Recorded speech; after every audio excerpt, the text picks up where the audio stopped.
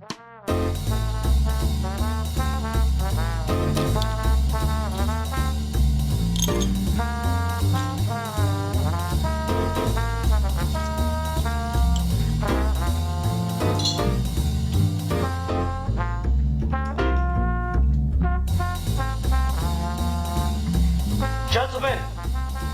the time has come once again to discuss things.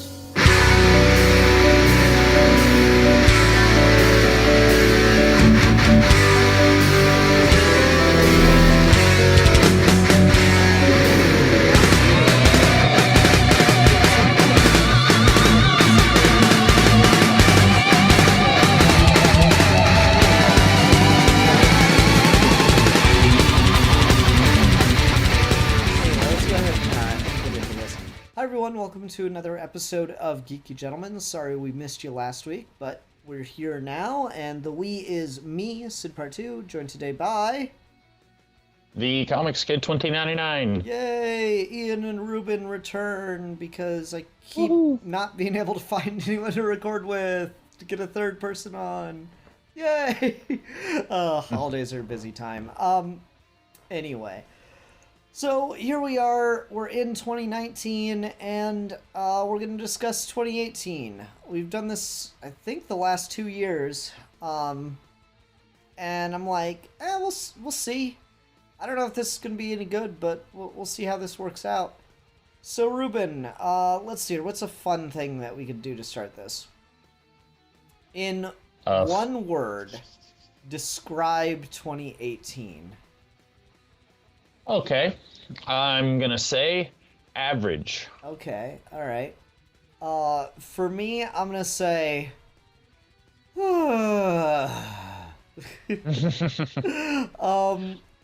which is better than 2017 and 2016, respectively, which was... followed by...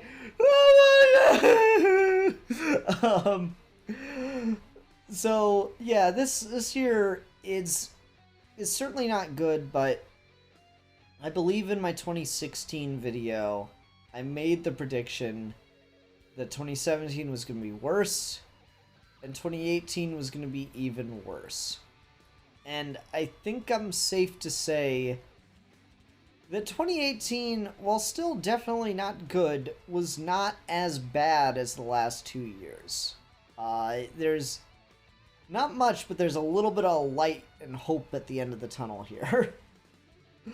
So let me ask you, because I see a lot of people on Twitter and Facebook like, oh man, 2018 was just such a sucky year. 2019 will be better. And then at the end of 2019, they're all like, oh, 2019 sucked. I can't wait for 2020. And I don't know, maybe life is good for me, but like, I don't really know what everyone hates about, and it's been like the last 3 years where I've been seeing people just really rag on like the entire year as a whole. And like, I'll have things that, like, you know, my grandmother died in 2018 and that was not good.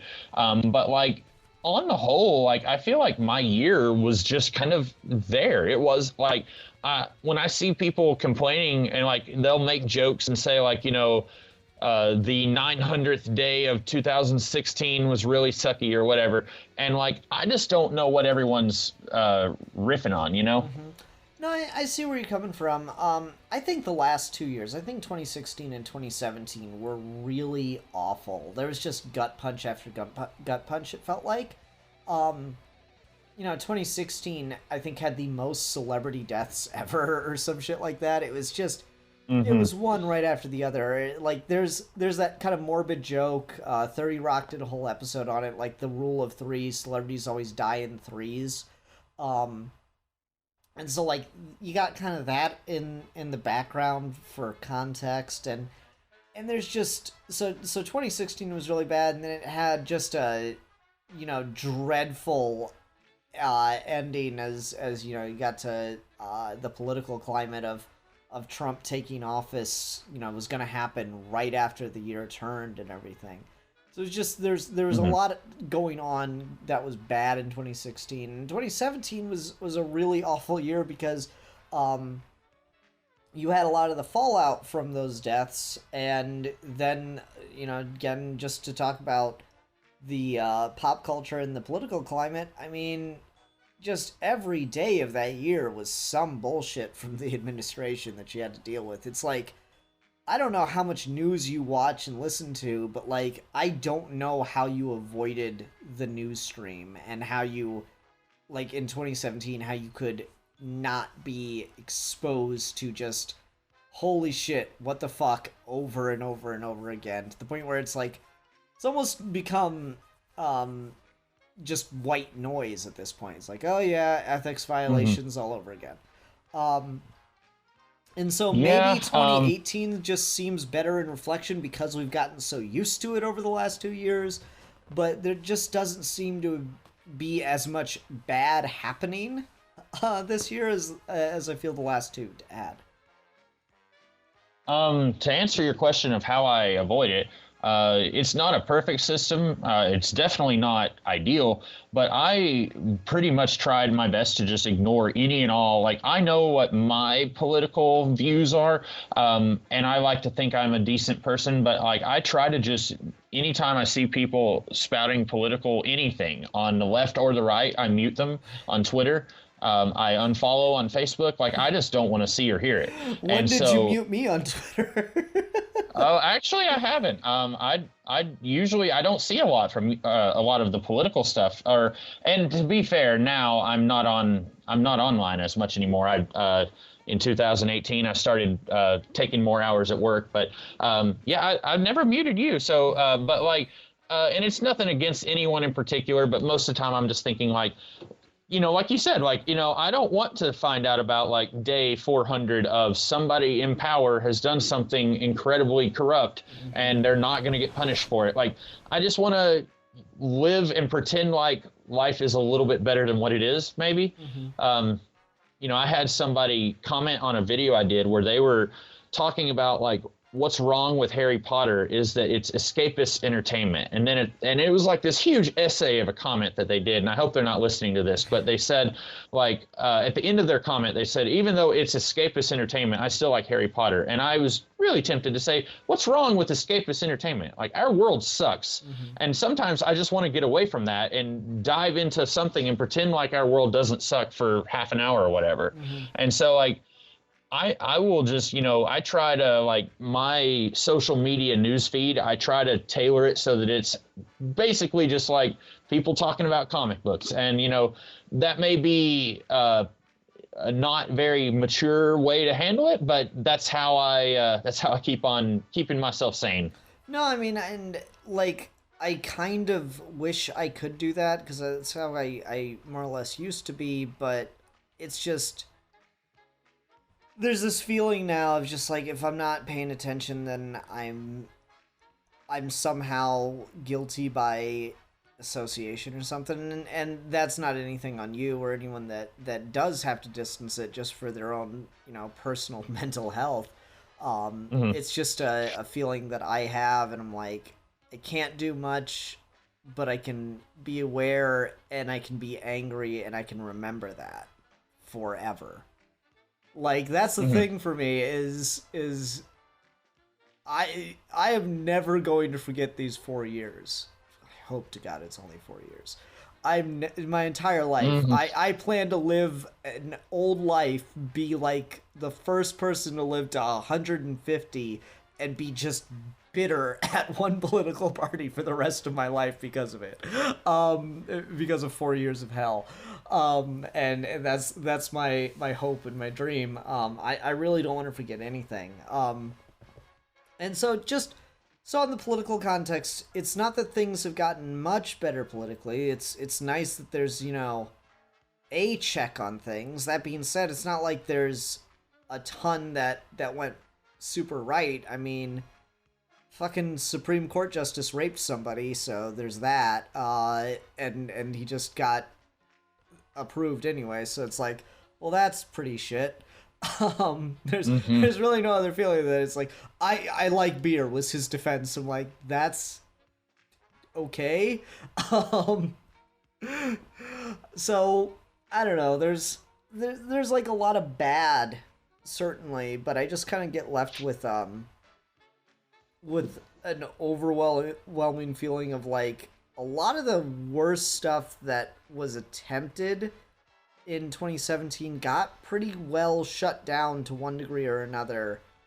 And so as we go into 2018, again, it's far from perfect, but it just seems that there's some kind of like, oh, finally things are starting to work themselves the hell out. And maybe that's just, again, I've got my blinders on because I've just been I've just been seeing nothing but bullshit for like the last 2 years. That I'm not capable of being aware of it anymore. I don't know. But you couple that, again, with the pop culture thing of, there's just, not everybody died this year. There were, of course, deaths, and they were, of course, tragic, but not everybody and their brother fucking died, one right after the other. So that helps. And then, like, the media landscape changed a bit. We got, away from a lot of the constant bickering. I feel like the first half of 2018 was just all about The Last Jedi, but now that's kind of died down finally. It really did. It was like 3 months of like it trending on Twitter. And I know you liked it. I did not. But like after even in the theater and I know this was actually 2017, wasn't it? Like tail end of. It was December 2017. So like got talked about all through 2018. Yeah. So like in the theater, I watched it with my dad, and as I'm leaving, a friend of mine, I didn't know he was there, but he was like behind me, and as I'm leaving, he's like, hey, what'd you think? And I lied. I said, well, I liked it, because I didn't want 2000 Star Wars fanboys to like turn around and lynch me, because everyone in that theater liked it more than I did. But then for 3 months, and I didn't want to voice my opinions online because everyone who was saying they didn't like it were all like racist and sexist. And it's like, okay, is it okay that I didn't like it, but I didn't have a problem with those things? And so I just didn't want to discuss that movie at all in 2018. I just wanted to say I didn't like it, but I don't want to talk about it. And so 2018, it's not gone. I mean, anytime I mention Star Wars in a video, someone gets in the comments like, oh, The Last Jedi, I don't trust Disney. I'm like, what the fuck ever? I don't care about your opinions on The Last Jedi. If you want people to care about your opinions on The Last Jedi, go make a YouTube channel or an Instagram or what the fuck ever and give your opinions there. Here's a secret, people. 90% of YouTube comments, YouTubers don't read them. I try my best to read a bunch of the comments, but after a certain point when it's just like the same thing, I'm like, yeah, I'm not gonna bother with this. I'm just not engaging. And it's fine. It's fine. Like, if you want to just voice your opinion to the void, go ahead. Maybe I'll read it. Maybe I won't. I still read mine, but I also I hardly do as many videos, and so when I do get a comment, it's like, hey, someone watched my video that I did 4 years ago. Right. I don't know, like that whole thing, it's so funny. Like, every YouTuber ends their videos with like, comment, subscribe, and yet no one, and like the larger YouTubers always say never read the comments, and I'm like, then why are you asking for them? It's the whole thing. I don't know. There's just, again, 2018 doesn't feel like a good year to me. It just feels like some of the pressure is off in comparison to 2017 and 2016. It's kind of the feeling I walk away from the year with. Then, I mean, I don't know. I had a pretty good year in my personal life. I got a raise at work. I got a promotion in the final weeks of 2018, kind of, sort of. You got a house. I got a house. There's a lot good going on for me. I got a fireplace in my house. Did you get married in 2018 or was that 2017? Oh, okay. Yeah. I had Tom King Batman to read. I had Mr. Miracle to read. Those were great series. Heroes in Crisis started in 2018. There's just a lot of good things going on in the books for me, and I'm like, yeah, this just going on in my personal life and in the things I was consuming. I'm like, yeah, this is a pretty good year in that regard. I got to, Steve flew across the country, or halfway across the country, whatever, to hang out for a weekend, and that was super fun and enjoyable, and it's kind of an experience I don't think I've ever had before, which is super neat. I had a pretty good year. I think the last half of the year was a lot better than the first half. Is kind of the reaction I'm having, I suppose. Yeah. For me, I got a promotion at work. That, like, if you had told me this time 1 year ago that I would be an assistant manager where I work now, I would have laughed in your face, because there were so many days where I would tell my partner on the truck that I was really considering quitting based on just the garbage treatment I got from my supervisor. And then so many people, we have a relatively small crew. Like, we have 7 employees who are in the store part of where we work. And like 3 of them, I think, were all, no, let's see, it was my partner on the truck, one of the cashiers, both the manager and the assistant manager were all quitting like within 2 months of each other. Wow. And so like the director, who's over everybody, wanted to have like a little meeting with everybody, and I thought it was just to say like, okay, we're gonna have some changes here, hang in there. And I thought, okay. And then in the meeting, she was like, hey, have you ever thought about being an assistant manager? And I was floored. I was like, no, I didn't know what to say. And I thought about it, and then like, I work more hours now. I deal with more garbage at work, but I get paid more. It ended up pretty good for me. My new manager, she's awesome. Like, much better than my old manager. So like, work is a lot better now than it used to be for me. And like I get, like I said earlier, like I feel like life is pretty good for me.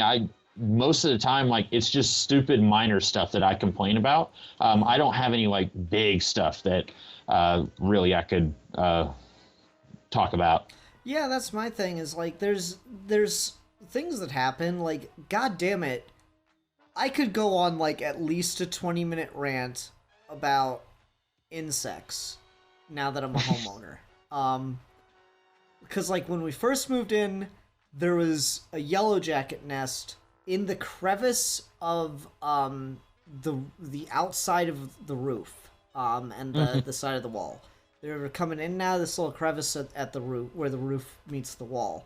And son of a bitch, that's the hardest fucking thing to deal with, because you can't like spray something in there, it just drips out. And so like I kept like I must have spent like at least $60 on cans of insecticide trying to kill those fuckers before I found this like ingenious little setup on YouTube with a fucking shop vac and a ladder. So like there was that, and then in it would have been early December, we just had fucking ants. In December, there were ants crawling around the dining area of my kitchen and the laundry room, but not going toward the food in the kitchen, so I didn't even know what they were there for. And we must have bought like 6-7 kinds of traps and used a couple different home remedy stuff to get rid of it. It's just like, Jesus fucking Christ. Like, that is the biggest complaint I have about being a homeowner, is fucking insects are bullshit. But really, no, like I've had a pretty good year in my personal life. The personal life's been pretty good. I think entertainment was, by and large, kind of blasé. Like I said, I think that the beginning of the year was the worst part, and the end of the year was the better part. I will say the entertainment at the beginning of the year was much better than the entertainment at the end of the year. Black Panther followed by Infinity War was great. And then I like didn't watch much anything else in the theater until you get to Aquaman and Spider-Verse. Spider-Verse is really good. Aquaman's fun.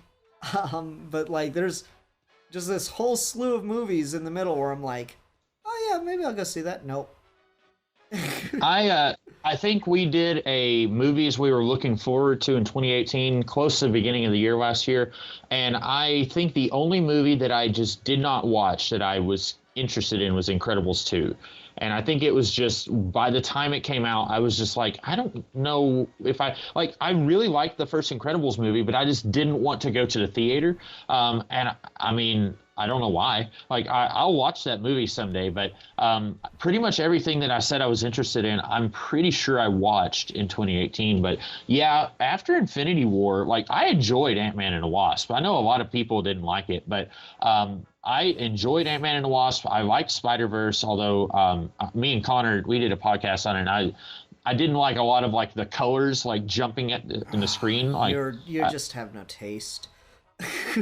Yeah. Well, I told Connor, I said, like, I'm honestly surprised people aren't having like seizures, because like it looked like something that would cause epilepsy, not cause epilepsy, but like, Trigger you know what epilepsy. I mean? Like, yeah. Because it looked like one of those things you hear about, like an episode of Pokemon was banned because of the flashing lights. But anyway, it's a good movie, really good movie. Still haven't seen Aquaman, but I'm really looking forward to it. I'm going to watch it probably Monday. Yeah, I feel like, and maybe this happens a lot, where it's like like you get a lot of your movies people are looking forward to in the summer, and so after that, it's just kind of like, we've got a Harry Potter spinoff coming out in December, and I haven't watched that, but like it just seems like the end of the year they just kind of they'll put a couple of big tentpole franchise movies out there, but it's not going to be as exciting as what you had earlier in the year. Yeah, I don't know. It's weird because, like, Black Panther was February, and Infinity War got moved from the beginning of May to the end of April. It got moved back like a week, which was surprising. And I'm just like, Infinity War isn't even a summer movie, in my opinion, at a certain point. Like, I even think May sometimes is too early for like the summer movie kind of thing. And so I watched Infinity War. I'm like, yeah, I mean, it's just like it's right there at the beginning of the summer, though. It feels like that half of the things are over, and so going through the rest of the year, I'm like, man, there's just nothing I'm super interested in. Like, I'm a really big Predator fan, and I wanted to go see Shane Black's The Predator. I just didn't get around to it. It's not like I got discouraged because I know it got a lot of poor reviews. I just didn't... I couldn't muster the energy to go to the theater and see it. Same... That's a good way of explaining it, because that's how I was with Incredibles 2. And I forgot about The Predator because I still haven't seen it. And I'm not as big of a Predator fan as you are. I've only seen each of the Predator movies once, except for this last one. And so I was like, I'm curious about it, but I heard some people say... We should do a Predator franchise review. That could be fun. That'd be interesting, yeah. Because... I haven't seen any of them in a while. Yeah, we could just review all the movies in one block. That'd be cool.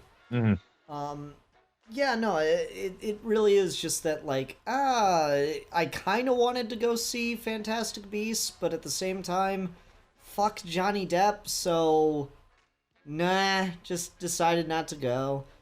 Initially, it was all just fuck Johnny Depp, and at a certain point, it became, J.K. Rowling, you should maybe be one of those authors who just died before they got super famous. Like, and I don't mean that in a bad way, like I want her to die or anything. It's just that, like, man, you're still around, and you're just getting less. Worse. Yeah, you're just getting to be like kind of detrimental to your own franchise in a number of ways, because she keeps pulling this shit where she's like, oh yes, Dumbledore's gay. Oh, cool. So we're going to see young gay Dumbledore in this Fantastic Beast too, right? No, why would I do that? What? But you said he's gay. Yeah, he is. Because I want the points.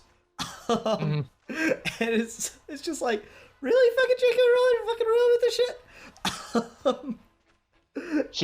I've heard people, and I should say I have no dog in this fight. I am probably the most neutral Harry Potter fan you'll meet. Like I've seen the movies at least twice each. Some of them only twice each. And then like when I was a kid, I was a really big fan. Like I don't know how many times I saw Sorcerer's Stone, the movie.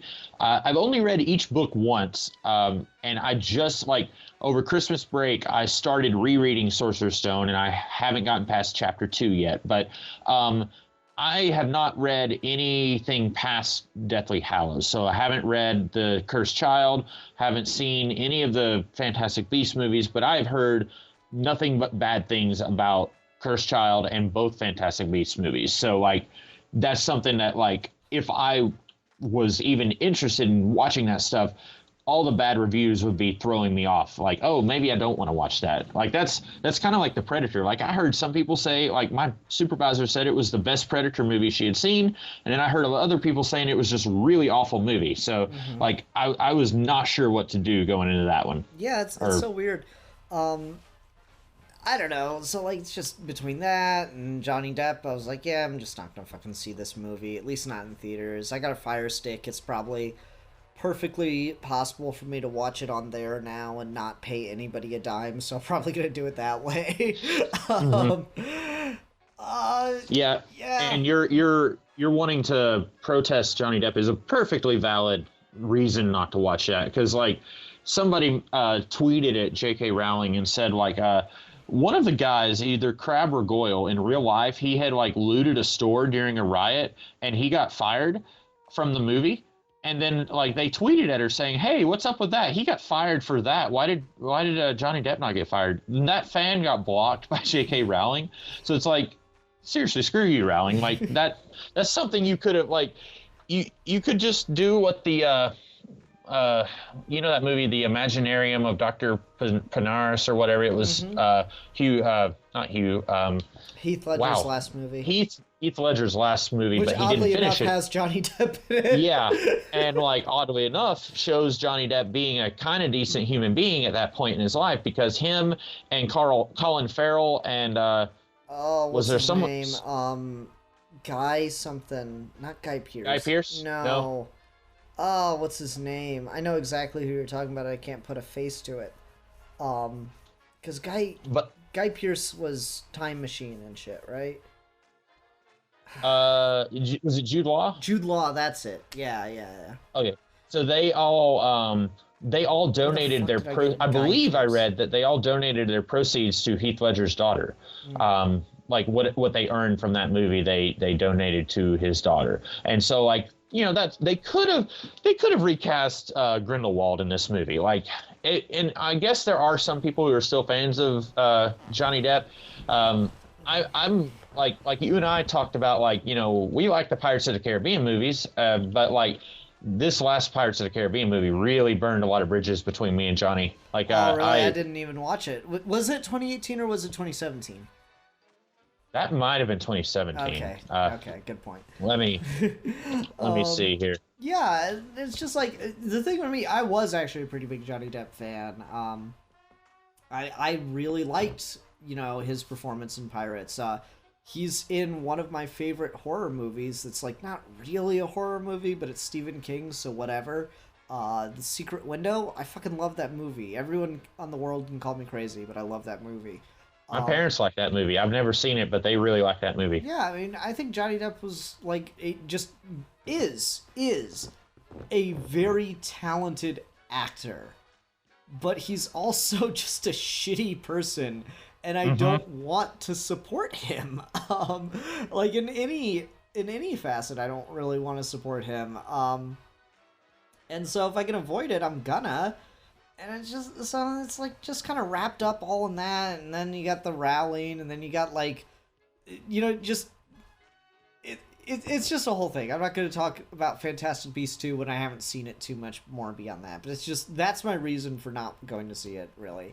So like, you know, a lot of the entertainment that came out throughout the year, I was just like either not wanting to see because it's a problem, or just couldn't get up the motivation to go see. I mean, like, we started with Black Panther, and it's still the best movie of the year. Um, like, Spider-Verse is great, Aquaman is fun, Infinity War was a really bold and successful move. Black Panther's still the best fucking movie of the year, probably the best movie in the MCU. And that's just all it came down to. And so, you know, what can you do? There's everything else after that really didn't have a chance to measure up. Like, I like Venom. I thought about seeing Venom in the theater. I figured I would. And then I was just like, nah, it looks kind of dumb. It was kind of dumb. And like Connor and I talked about it, and like I was talking about how I enjoyed watching the movie, but there is nothing redeeming about it. Like, it's a really dumb movie, and it doesn't deserve to be a movie. Like, I feel like they just should have just from the ground up, like, we need to actually turn this into an actual movie, like with actual characters. And like, but it's still like, I came away from it, and maybe this is sounding more positive than what I experienced on the day of, but like, I had a decent time watching it. Mm-hmm. Yeah. And so it's like, I didn't even think it was going to be bad or anything, or a quality judgment. It's just like, I really don't want to go spend $20 to go see Venom. I just can't bring myself to do that. And there's just a lot of things like that. So the movies this year were just a waste. Really, well, like, by and large, there's a couple standouts like Spider-Verse and Black Panther and Infinity War, but I feel like I can wait till, you know, I conveniently find a way to watch it somehow. Hey, you're looking forward to movies that are a waste. 2019 has got X-Men: Dark Phoenix and New Mutants coming out, which were supposed to be 2018 movies. See, New Mutants I'm legitimately curious about, but I think it might just be a mess because Disney's going to interfere too much. I really don't know what the fuck's going on with that movie. It is 100% going to be a mess, and I don't know who to blame, because first of all, I thought it was really weird that they were like, it's going to be a horror movie, it's not going to be a superhero movie. Okay, and like, horror movies are, you know, always like, people like horror, but like, you're taking a superhero comic book and turning it into, like, you're shying away from the superhero element. That seems like a very early 2000s way of approaching this, and not in a good way. Like, you know, you look at like Smallville, where it's like, oh, it's a Superman series, but we can't have him dress up in the costume. We can't have him using all of his powers. That's just no. And so, like, it really feels like they're going to do that. And I remember Bill Sienkiewicz, who is he drew the Demon Bear storyline, which the movie apparently was going to take some inspiration from, and he had actually seen a cut of the movie, and he was really excited about it. And you can never trust when a creator is excited about a movie that's going to be made off of their work, like how you know, Rob Liefeld says, like, the Deadpool movie is going to be great, and you know, it was fine. Deadpool but 2 came out this year, right? Yes, yeah, it did. That was okay too. Right. You know, I went into that movie really excited about X-Force, because that was what all the trailers were marketing, and then like, it's a you know, haha, like, X-Force it's like is marketed, the and best then joke in the movie. but like, if you like X-Force, then you're gonna come away disappointed, like I was. So I didn't like Deadpool 2, but yeah, like, you have like a creator who Hold on, they're excited about. I need a minute. I'm sorry. It's just like you. It was like that whole scene was made just to ruin your day. Yep. And I'm also, I should point out, I'm not even a Deadpool fan anyway. Like, I didn't see Deadpool 1 in theaters. I ended up buying it for like $4 on eBay. And I actually liked Deadpool 1 a lot more than I thought I would. Which was probably why I was as disappointed with Deadpool 2 as I was. But okay, but I'm sorry. You can go ahead now. No, that's fine. It was funny. But you have, like, when a comic book creator is like, hey, this movie is coming out based on something I did, I'm excited. Well, of course you are. You're going to make like $1 billion because it's based on your work. But is it a legitimately good movie? Like, you know, I haven't seen the movie Wanted. I don't know if it's any good. I know it's nothing like the comic book based, that Mark Millar and Steve McNiven did. But I know Mark Millar was super excited about that movie, and why wouldn't he be? He's getting a cut of the money. But is it a good movie? And I don't know, because I haven't seen that one. But like with New Mutants, I'm leaning toward it's not going to be a good movie. And I've done such a 180 in the past 8 years. In 2011, I was the biggest sourpuss you will ever meet, because I was really bitter that everyone on the planet was getting excited about the Avengers. And I'm a huge X-Men fan, and nobody was getting excited about X-Men First Class. And I was really mad. I want X-Men to be successful. I wanted everyone to like the X-Men, and nobody was talking about the X-Men. Everyone was talking about the Avengers. And at that time, I wasn't really reading a lot of X-Men comics. I was just, burnt out on X-Men comics. So I really wanted the X-Men movies to be good so that I could have my fill of X-Men. And now I am just so burnt out, done with the X-Men movies, and now I really like the MCU or the movies in the MCU, and I'm really excited about the probability of the X-Men coming into the MCU. It was about a year ago. It was December of 2017, I think, when people were saying, "Hey, Disney's maybe going to buy the Fox X-Men and Fantastic Four," and then that was confirmed in January of last year. But it's still taken about a year for that to kind of work its magic. And now I'm hearing that, like, maybe they're going to be putting the X-Men and Fantastic Four in the movies. And I'm excited because, like, we have not had a good track record recently of X-Men and Fantastic Four movies. And I've turned around so hard on that because I used to be such a fan of the X-Men movies. And now I cannot wait for Fox to be done with these, and let's just recast and start over. Yeah, I don't know. New Mutants I like because whenever they do something that's against the grain is when it's usually good with a lot of these X-Men movies. Deadpool, the studio had absolutely no faith in. It's the most successful R-rated movie of all time.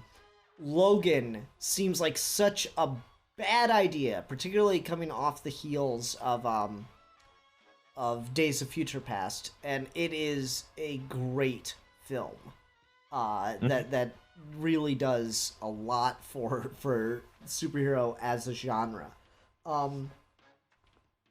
New Mutants I was excited for just because, yeah, let's play with that premise more. Let's see, because the thing is, superhero isn't a genre, right? It's a mix of genres. So I was really excited for New Mutants. But then the Disney thing came in and it's like, oh, well, Disney doesn't want to release a horror movie because that's not what they do. And so this movie's going to be cut completely differently and we're going to reshoot a bunch of stuff. And I'm like, that's not good. Like, that just... That's scary. I can't wait to see the director's cut on DVD. Yeah. I was going to say, this is going to be one of those... movie? Yeah, I was thinking this is definitely going to be one of those where people were going to like, hey, let's like Daredevil. People are going to like the director's cut a lot more than the theatrical cut. But I thought also with New Mutants, I was kind of thinking they pushed it and Dark Phoenix back because of Disney. Like, people were saying maybe they're going to try and like shoot a scene where Tony Stark walks in and say, hey, and I really don't want that to happen. I want them to just do do what? Please God, no. Yeah, and I mean, I like some of the actors in the X-Men movies. I think that some of the best casting ever. It's incredible that they have gotten two perfect actors to play Professor X and two perfect actors to play Magneto. But I don't want them to try and bring in this completely convoluted timeline and try and merge it with the MCU. And I'm seeing people say, well, maybe Thanos does a thing where the time is all screwy. Please don't. I don't want that. I just get brand new actors, just do a brand new X-Men. And if you have to, wait, you can introduce Storm in Black Panther 2. I think you and I talked about that. You can introduce Illyana Rasputin in a Doctor Strange sequel. You can do that and slowly do it, but please don't bring in Hugh Jackman or whatever. Let's just let it die. What was it Kylo Ren said? Let the past die. Kill it if you have to. Yeah. That quote, love or hate the movie, that quote is so fucking perfect, Yeah. It's so useful for so many situations. Yeah, no, like that. I don't know. Is there a mutant whose power is to reboot the universe? Is that a thing? That should be a thing, right? Yeah, like I mean, they've done something kind of like that, like Age of Apocalypse, like with time travel. But Yeah. they could do something like that. Like I would. I mean, they kind of sort of had their chance with Days of Future Past, and then they just screwed the pooch immediately afterwards. So Yeah, no, Days of Future Past was supposed to fix all the timeline shenanigans, and it did nothing. It did absolutely nothing. It probably even made them worse. That was when I lost faith in the X-Men movies, because I really loved First Class. There was problems I had with the third act, but I really loved that movie. And then everything I heard about Days of Future Past, I was very skeptical, all the way up until the movie came out. And I think I gave that movie like a B or something like that, but I had a lot of issues with it. I didn't like that they threw Logan back into the center of the movie. I didn't want that.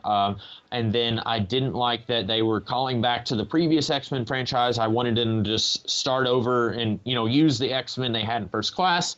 And then like now we've had each X-Men movie with First Class forward, like the actual X-Men movies have been just the same movie. Like you start off, the X-Men are disbanded and then they have to get back together, and then the X-Men is a thing at the end of the movie. Like that's how Age of Apocalypse ends. That's how Days of Future Past ends. That's kind of, well, sort of how First Class ends. Like it just seems like they're just doing the same thing. And so I got really, I don't know how it happened. Like I just got completely turned around on my opinion on the X-Men movies. But really looking forward to seeing what 2019 will do. We're obviously not going to get an X-Men movie from Disney, but maybe we'll find some news about, hey, we're going to put Professor X in, the next, I don't know, Captain Marvel movie or something like that. I mean, how cool would it be if we could like slowly start introducing mutants and like Charles Xavier as like this figure talking about mutants and stuff without like knowing Charles is a mutant the first time we see him? Like obviously everyone in the audience that knows anything will know, but like just for the characters not to know that going in, that could be kind of fun. I've been saying that Captain Marvel 1 it'll be set in like the early 1990s, but Captain Marvel 2 100% needs to have Mystique and Rogue as the villains. If you don't want to have another X-Men movie so soon after the Fox X-Men movies, then what you do is just introduce individual X-Men in other franchises where it makes sense. The problem might be having, trying to squeeze Cyclops into an Iron Man movie or whatever, but you could do it in some cases. I could see it. I think really the only character that you want to keep the continuity going for and just keep publishing or to keep making movies is, it's kind of hard not to want Deadpool to just keep going and just have fun with all the continuity shit. That'd be really enjoyable. Anyway, what else can we talk about? We've talked about a lot about movies. Let's talk about comics in 2018. What did you read that was new this year? Because I know you don't read singles, but what did you read that like came out this year? Let's see. I've read some X-Men books that were pretty new, and I will say I was kind of, I know you don't read X-Men, but Brian Michael Bendis started an X-Men run in 2012 that I really hated, and I stopped reading pretty early on, but like just everything about what he did, I just hated, just conceptually everything. And a lot of that was still we were still in the aftermath of it, even after he left Marvel. But some of the recent X-Men stuff I've been enjoying a little bit more than what I used to. So like, there was an X-Men Blue series that I've been really enjoying, and I read a couple of those volumes. There's a new series where Jean Grey is back, and I liked it okay. So I've been reading some of that. I'm trying to think of, I think that Supergirl series may have been 2018, the one that we talked about it a little bit when me and the Fucuminator did that Supergirl discussion. I feel like that was way before 2018.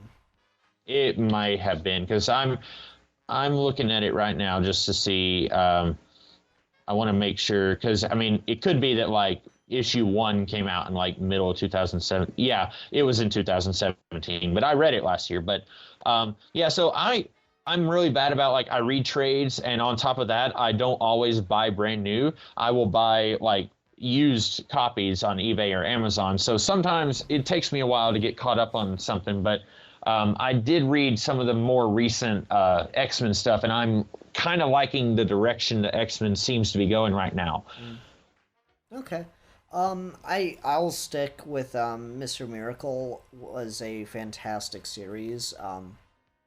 Really, really great in-depth look at the reasons Mr. Miracle was created by Jack Kirby, and so it's this really fascinating delve into depression and anxiety and just what living with that feels like, and kind of treating superheroes as the metaphor like they're always supposed to be. Mm-hmm.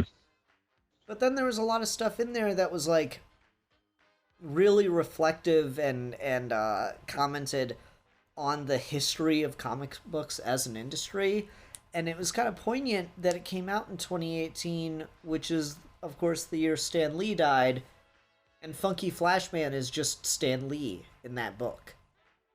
That's just the way he's written, because Funky Flashman was created by Jack Kirby as kind of a middle finger to Stan Lee when he went over to DC for a while. Mm-hmm. So that's really like there's a scene where Barda and Scott's newborn son, or he's like a year or two old at this point in the story, their son is being babysat by Funky Flashman, and Funky Flashman says, no, Jack's really, really clever. He comes up with all the story and draws the pictures. I just do the words.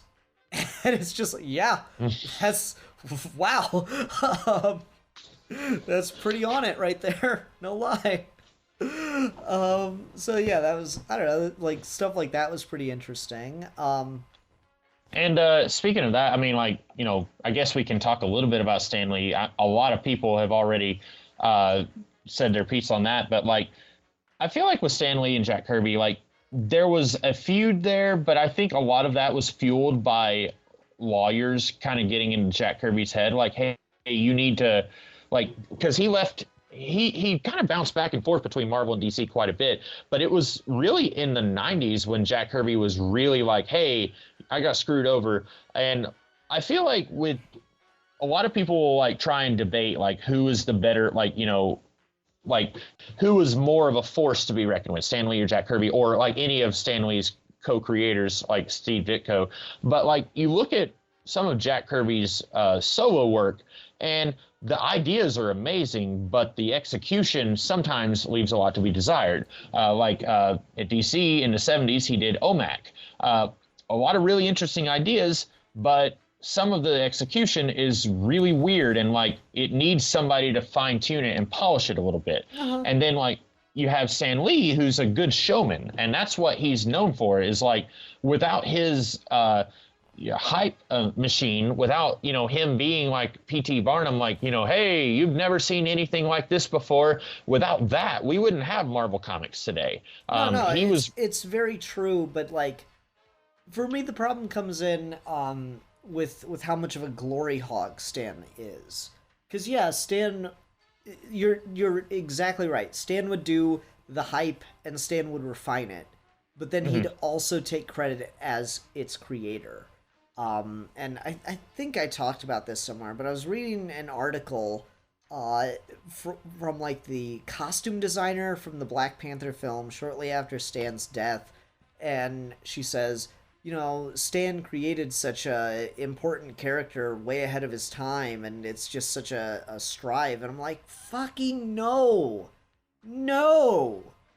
Like, say what you will about Spider-Man or the Fantastic Four or Galactus, Silver Surfer, say what you will about any of them, but Black Panther is like 95% Jack Kirby.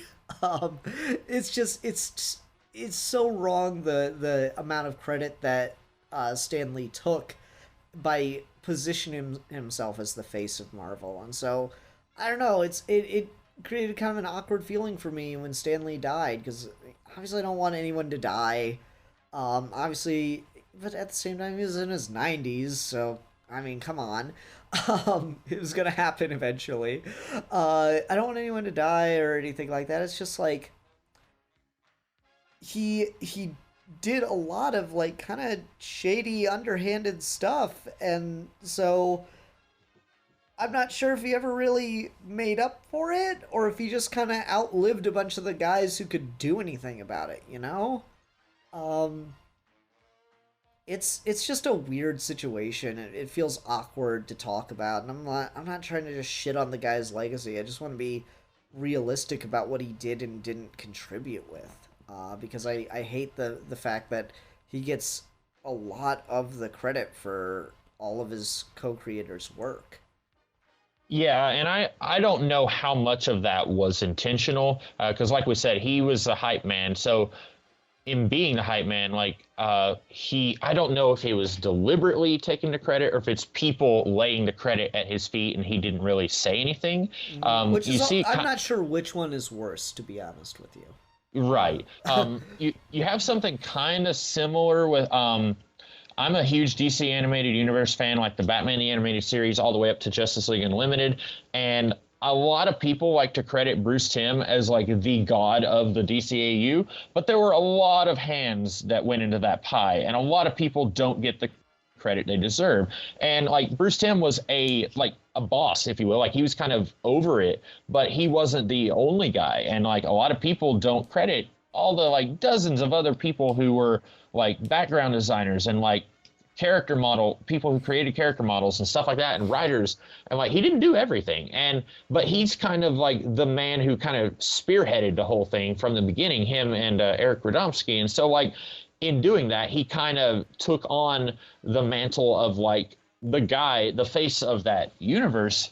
And like he's not the face of it, but he kind of, he takes on that role, I guess, in a similar way. Speaking of Stan Lee and his co-creators, Steve Ditko died in 2018, and I don't think there was a tenth of the hullabaloo when he died. Like there were a few articles like, "Hey, Spider-Man co-creator dies," but like, and again, like most people know who Stan Lee is because of his appearances in these movies. But like, I really wanted to say when a coworker comes up to me and says, "Hey, I feel bad, Stan Lee just died," I'm like, okay, well, where were you when Steve Ditko died? Like I don't want to, I don't want to call someone out like that, but it sucks whenever Steve Ditko was a huge part of why Spider-Man was successful, and I don't want to because again, like you look at Steve Ditko's creations by himself, the Creeper, who lasted like 8 issues, and like Steve Ditko's The Question, like these are characters who have lasted a while, but no one talks about Steve Ditko's Question run. People talk about his Spider-Man run, and I think it's a situation where it's two people merge really well together, and then like it's hard to tell like, okay, who did what. Mm-hmm.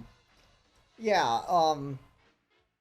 So like it's just, I don't know, it's hard to talk about without sounding like you're trying to shit on Stan Lee. And I'm like, no, the guy was kind of empowered to do kind of shady business practices, because guess what? Business practices by their very nature tend to be pretty shady. So it's not that I hate Stan Lee or anything. It's just I want people to be more realistic. I don't hate Stan Lee, but at the same time I don't want to enshrine the man. He was a complicated guy. Is kind of what it comes down to. He had his good parts and his bad parts, just like everyone else. And so, yeah, like when you hear about Steve Ditko dying, and like I gotta admit, I know who Steve Ditko is. I know of Steve Ditko's importance, but I'm not a Spider-Man fan. So guess what? Steve Ditko's death to me, it's like, oh, that does suck. Especially because he didn't get half the recognition he deserved for Spider-Man and Doctor Strange and stuff. But at the same time, yeah, I didn't feel that one as personally as I did Stan Lee. Like, you know how weird it was watching Spider-Verse And then you get to the Stan Lee cameo. Yeah, Connor and I were talking about that. And he says, "I'm gonna miss it," and like that's a really poignant. Like I want to say that was his last recorded, because they, like I'm sure we'll see cameos for the next few years, but that was the last one he recorded, I think. And so that's really kind of hits you in the feels. Yeah, that's just it's a weird feeling because as problematic as Stan Lee is, he's a big part of those movies. I always look forward to what's the Stan Lee cameo gonna be, you know? Yeah. I always look forward to that, and part of me hopes that that now that Stan's gone and he's not as polarizing a figure as he used to be, and some of his co-creators are still around. Part of me hopes that Marvel will decide to try to pull those guys in. Because it's not like they haven't done that for some of the movies. Like, you know, JMS is in Thor. Yeah, isn't he one of the guys who tries to lift Mjolnir? Yeah. Yeah, and like Chris Claremont was in a few at least 2 X-Men movies. Oh, really? Yeah, he was in Days of Future Past. He was on the congressional hearing that Peter Dinklage goes to, and then in X-Men: The Last Stand, he's one of the neighbors of Jean Grey's parents. Oh, cool. He's either mowing his yard or watering the lawn, because Stan Lee is doing the other. And so yeah, I'd be all for that. People who don't know who they look like, they'd be like, well, yeah, I don't know who that guy is. Like, and you know, people who don't read comics would have no reason to know what JMS looks like. People who read comics might not necessarily know what he looks like. You know, I used to watch interviews with comic book creators, like, so I would know, okay, that's what, you know, Mark Millar looks like or whatever. So yeah, I'd be all for that. I think that'd be interesting to see them do. You know, get Matt Fraction to be a cameo in an Iron Man. They're probably not going to do another Iron Man movie, but you know what I mean. Like, yeah. Absolutely. Like if some of the big creators are around that had like definitive or iconic runs on the character, I'd love to see that. And I know Steve Ditko didn't talk to Stan Lee until they died. You know, like Steve Ditko went to his grave without speaking to Stan Lee ever again. Which kind of tells you a lot about their relationship. But Marvel was trying to push a better public face, which isn't anything new. Like when the Superman movies came out, WB convinced DC to finally just settle all the lawsuits with the Siegel and Schuster family, because they didn't want that public perception of screwing these creators' families. Yeah, I think that was also Neil Adams. I think when he first started, like when he was really hot in the 70s, he was a big part of like, hey, you guys really did them wrong. You need to kind of smooth things over. I think he was a big part of that too, like helping get that. And you know, we're kind of all over the place, but this isn't 2018 exclusive. But one thing that's really like, there's a lot of horrible stuff that happens, but one thing I am liking, like in the last few years, we've seen more, because, you know, Bob Kane, his dad was a lawyer, and his dad renegotiated Bob Kane's contract, saying that Bob was underage when he signed the first contract. And basically it ended up saying that Bob Kane was the complete sole creator of Batman. And if you read up on Bob Kane, you know that that's completely not true, that he came to DC with the name Batman. And then Bill Finger is the one who actually added all the elements that you look at the Golden Age Batman. He's the one who created all that.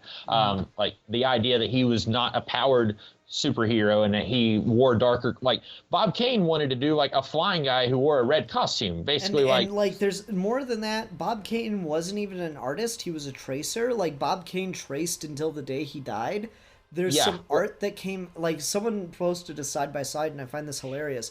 There's some art Bob Kane released when he was like doing some press for the Burton movie. And he's like, oh, here's a sketch of Batman I did for this issue. And they put it side by side with the Todd McFarlane Batman. And he clearly just fucking traced it, but did even a shitty job at tracing it. And like in the 40s, he was signing work that he wasn't even tracing. Some ghost artist would be drawing the page, and then he would sign his name to it.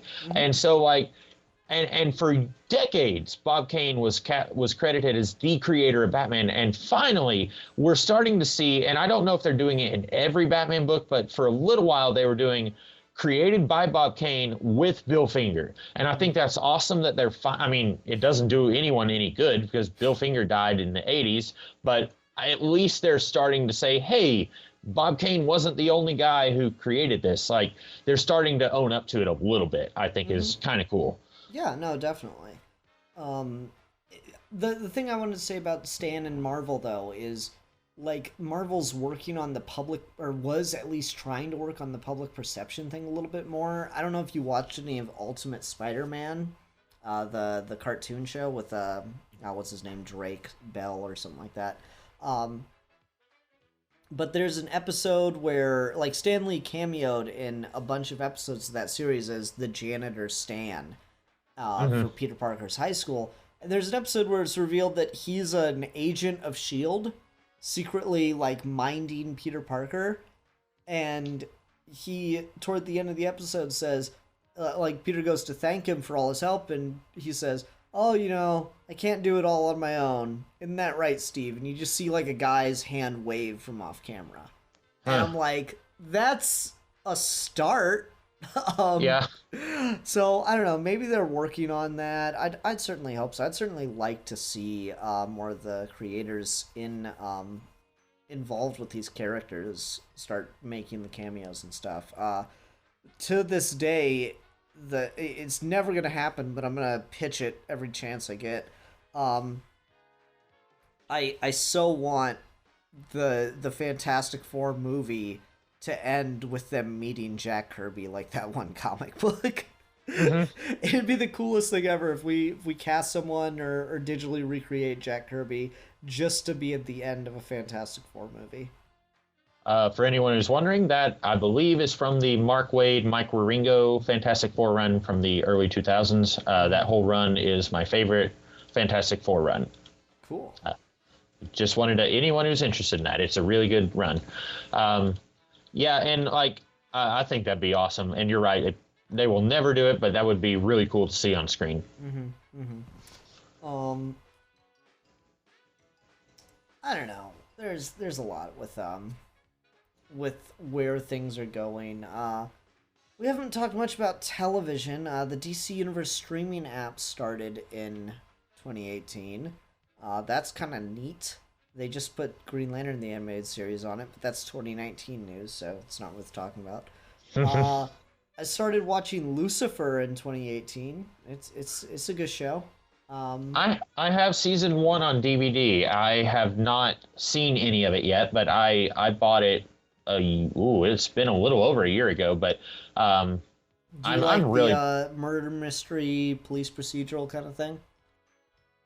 I used to really like it. Yeah, like I used to watch like Monk and what else was there? Like watched a little bit of Psych, a little bit of that. Yeah. I used to be into that kind of thing. Yeah. Yeah, it's got kind of that going for it with like a supernatural edge, but the thing I really like about it is, hey, a lot of the times their bad guys are corrupt law enforcement officials, and I really, really enjoy that because it's just you don't get that very often with the police procedural style thing.